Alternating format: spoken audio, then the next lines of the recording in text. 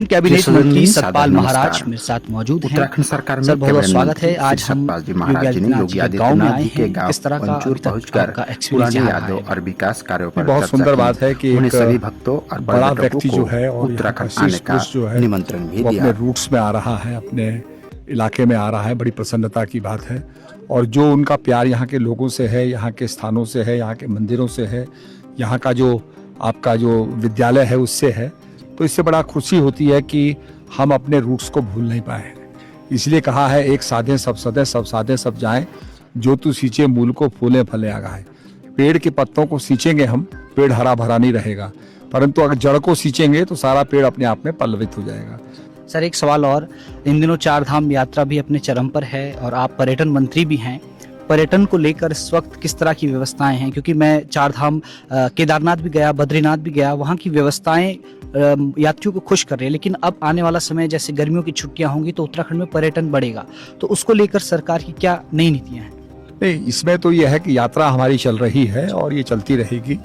और आपने देखा होगा कि थोड़ी प्रारंभ में भीड़ बढ़ जाती है, क्योंकि वहाँ पर बिना पंजीकरण के जो लोकल गांव वाले हैं वो भी आ जाते हैं, प्रथम दिन दर्शन करने के लिए इकट्ठे हो जाते हैं, अत्यधिक भीड़ हो जाती है। अब धीरे धीरे भीड़ रेगुलराइज हो गई है और धीरे धीरे सब दर्शन प्राप्त कर रहे हैं। तो ये अपने आप में चलता रहेगा और कम से कम 7 लाख से ऊपर आदमियों ने दर्शन प्राप्त किए हैं, यमुनोत्री, गंगोत्री, केदारनाथ, बद्रीनाथ सभी मिला करके। तो ये अपने बहुत बड़ी संख्या है। तो जैसे जैसे नीचे गर्मी पड़ेगी वैसे वैसे लोग आएंगे और हृदय से हम उनका स्वागत करेंगे। और यहाँ पर सभी हमारी सड़कें खुली हुई हैं, PWD भी मेरे पास है।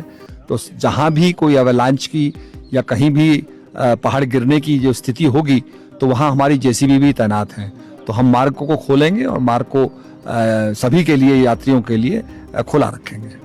सर मैंने सुना है आपको, आप बार बार ये कहते हैं कि उत्तराखंड में ऑक्सीजन पर्यटन है, लोग ऑक्सीजन के लिए भी शुद्ध हवाएं यहाँ हैं, आ सकते हैं। सर पश्चिम बंगाल में भी BJP ने परचम लहराया है और उत्तराखंड में भी नज़दीक हैं विधानसभा चुनाव 27 में। किस तरह की तैयारियां चल रही हैं?